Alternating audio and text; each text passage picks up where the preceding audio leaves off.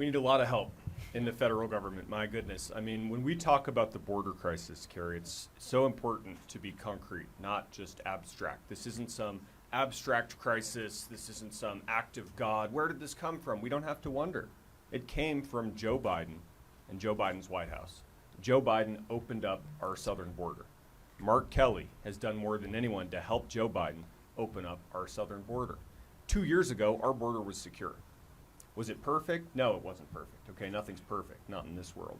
But it was pretty darn good relative to what we have now. Day one, Biden signs an executive order. I'm not sure he knew exactly what he was doing, right? I'm not sure he'll sign anything you put in front of him. But the left, they were prepared. He signed an order canceling the border wall.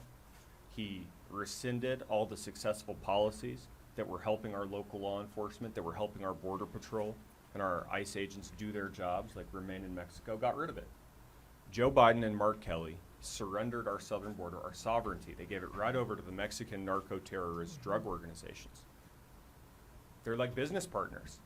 The cartel under Trump, they were making about $500 million a year in profit for human smuggling. It's too much, but hey, guess what it is now under Joe Biden and Mark Kelly? $13 billion a year. Went up by a factor of 26, 2,600%.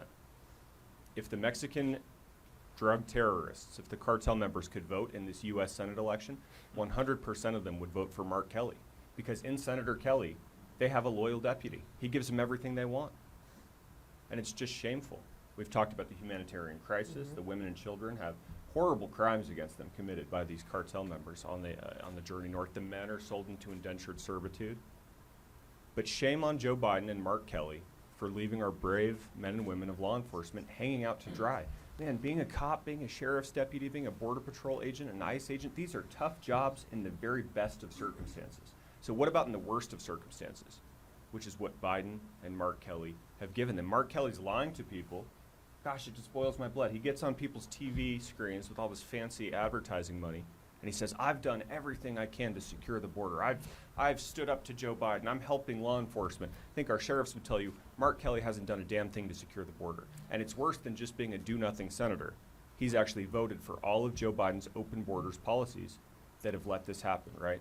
I've suggested, and here I'm going to echo what I've said before, I think Senator Mark Kelly should have to attend the funerals of these children who are poisoned to death by fentanyl. I think that might give him, to the extent he's even got a conscience about this, it might give him a better understanding of the consequences of his support for Joe Biden's open borders policies, right? Let him look a grieving mother in the eye and explain to her why he couldn't be bothered as the tie-breaking vote in the U.S. Senate to lift a finger for border security. So my pledge to the people of Arizona and our brave men and women of law enforcement is when I get there, I will do everything possible to get our federal government whipped into shape and secure our border. And to the extent we can't do it at the federal level, it's going to be hard fighting with Joe Biden for the next 2 years.